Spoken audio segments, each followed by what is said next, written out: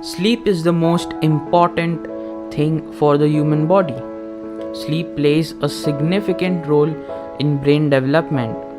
When we sleep, our brain takes time to clean out the brain junk we accumulate during our waking hours. But have you ever thought what would happen if we didn't sleep? Lack of sleep has serious effects on our brain's ability to function. With a continued lack of sufficient sleep, the part of the brain that controls language, memory, planning, and sense of time is severely affected. By the way, what happens when we sleep? There are four stages of sleep. During the first stage of sleep, we are half awake and half asleep. Our muscle activity slows down, and during this period of light sleep, we can be awakened easily. Within 10 minutes of light sleep, we enter stage 2, which lasts around 20 minutes.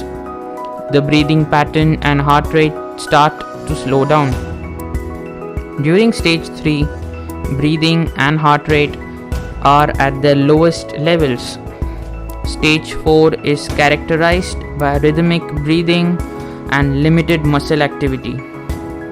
If we are awakened during this deep sleep, we do not adjust immediately and often feel tired and disoriented for several minutes after waking up. Okay then, so how much sleep do humans actually need?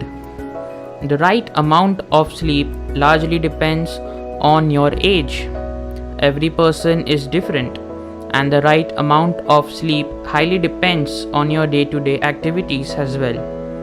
If you feel lazy throughout your day, that means you are oversleeping. If you feel tired, then you are clearly undersleeping. You just need to identify the fine line between laziness and tiredness.